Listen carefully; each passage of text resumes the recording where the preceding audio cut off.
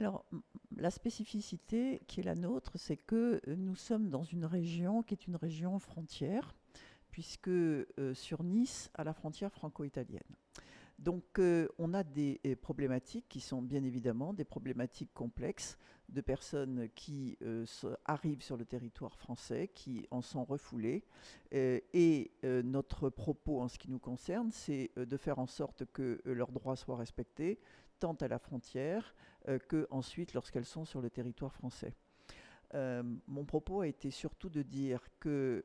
en tant qu'avocat, nous avons évidemment des défenses qui sont des défenses individuelles au travers des dossiers qu'on traite. Mais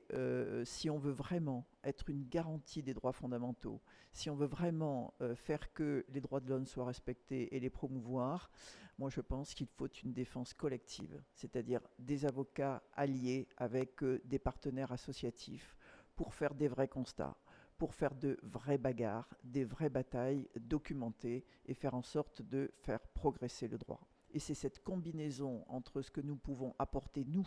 en tant que en responsabilité et du fait qu'on est garant du respect des droits de l'homme, que nous pouvons penser que ce qu'on met en évidence à long terme puisse